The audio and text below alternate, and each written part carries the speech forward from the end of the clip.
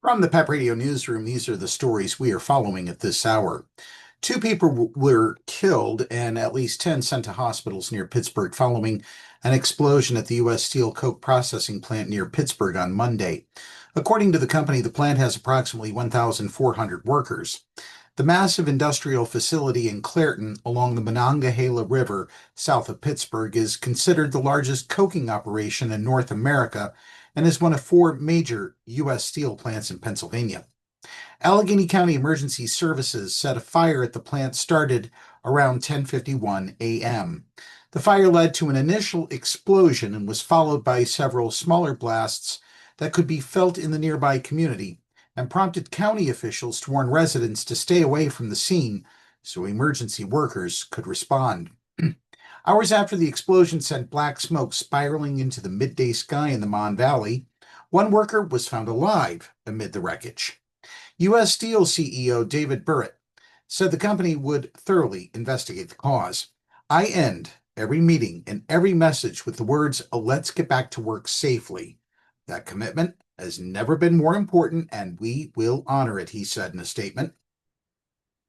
The plant converts coal to coke, a key component in the steelmaking process. To make coke, coal is baked in special ovens for hours at high temperatures to remove impurities that could otherwise weaken steel. The process creates what's known as coke gas, made up of a lethal mix of methane, carbon dioxide, and carbon monoxide. The Allegheny County Health Department said it lifted an advisory which it issued earlier in the day. Residents within 1 mile of the plant were advised to remain indoors and close all windows and doors. The health department said its monitors have not detected levels of soot or sulfur dioxide above federal standards. Clairton Mayor Richard Latanzi said his heart goes out to the victims of Monday's explosion. The mill is such a big part of Clairton. He said it's just a sad day for Clairton.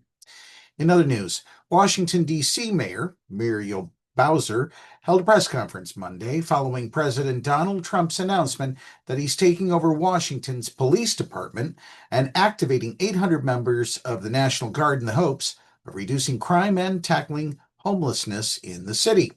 But Trump exaggerated or misstated many of the facts surrounding public safety in D.C., where the crime rate has fallen in recent years. Trump's plan prompted the District of Columbia's mayor to voice concerns about the potential use of the National Guard to patrol the streets. While this action today is unsettling and unprecedented, I can't say that, given some of the rhetoric of the past, that we are totally surprised, Bowser said. My message to residents is this, Bowser added.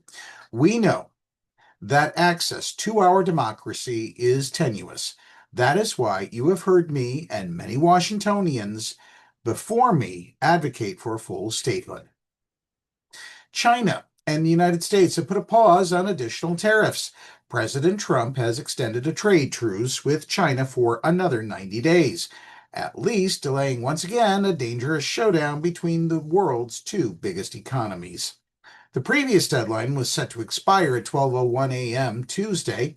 Had that happened, the U.S. would have ratcheted up taxes on Chinese imports from an already high 30%, and Beijing would have responded by raising retaliatory levies on U.S. exports to China. The pause buys time for the two countries to work out some of their differences, perhaps clearing the way for a summit later this year between Trump and Chinese President Xi Jinping. And finally, Trump's tax and spending law will result in less income for the poorest Americans while sending money to the richest, the nonpartisan Congressional Budget Office reported on Monday. The CBO estimates that the 10% of poorest Americans will lose roughly $1,200 a year as they experience restrictions on government programs like Medicaid and food assistance, while the richest 10% of Americans will see their income increase by $13,600 from tax cuts.